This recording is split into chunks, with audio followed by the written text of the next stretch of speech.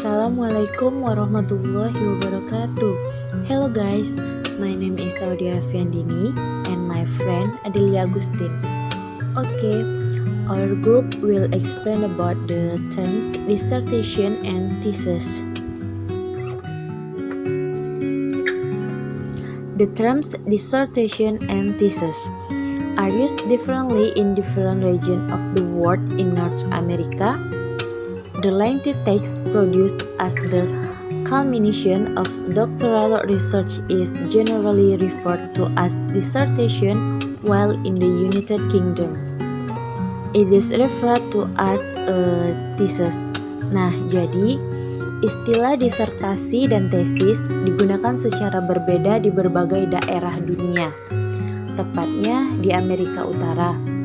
Teks panjang yang dihasilkan sebagai puncak dari penelitian doktoral umumnya disebut sebagai disertasi, sedangkan di Amerika Serikat disebut dengan tesis.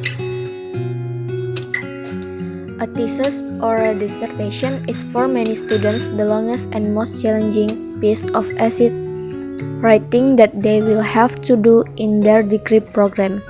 The sheer size of the text and the complex tasks of planning one's research, of synthesizing one's reading, and of sustaining a coherent and extended argument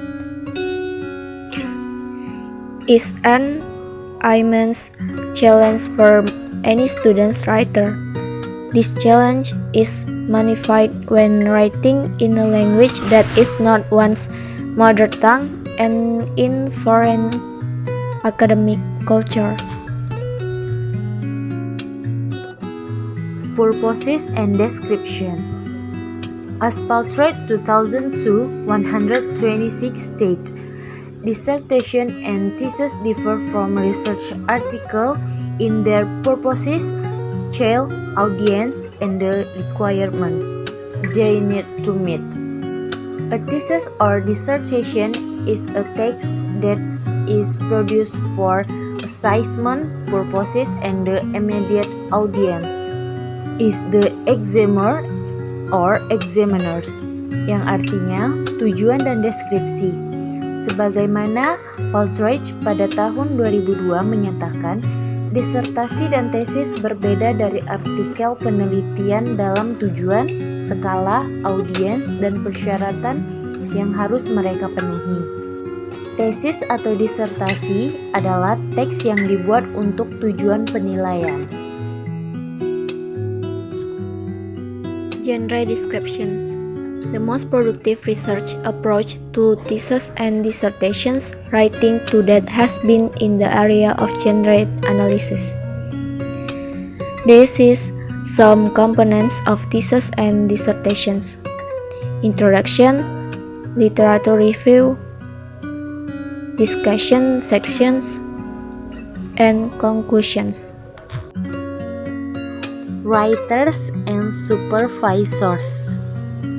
It cannot be said that there is one single way to write a thesis, as Paltroid 2012 observes, but it is important for students to force out what convention exists with their own discipline, and also to force out how binding those conventions. Students can learn about this by examining previous theses and also by asking their supervisors, advisors, and other research at their institution, yang artinya penulis dan supervisor. Tidak dapat dikatakan bahwa hanya ada satu cara untuk menulis tesis, seperti yang diamati oleh Paltroid pada tahun 2012. Tetapi penting bagi siswa untuk mengetahui, dan juga siswa dapat mempelajari hal ini dengan memeriksa tesis dan juga dengan bertanya kepada pembimbing dan peneliti lainnya. Teaching. Paltroid, for example, describes a short course delivered to doctoral students on writing research proposals.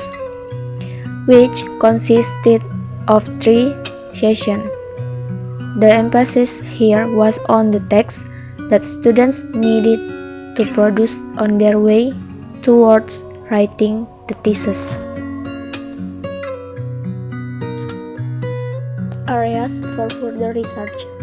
Paul Pritch described a course that he developed which focused on the thesis proposal and in which inter alia students looked at exemplar proposals written by previous students in order to determine the structure of such texts, because such interim texts are not in the public domain. They are typically only available to researchers and instructors locally.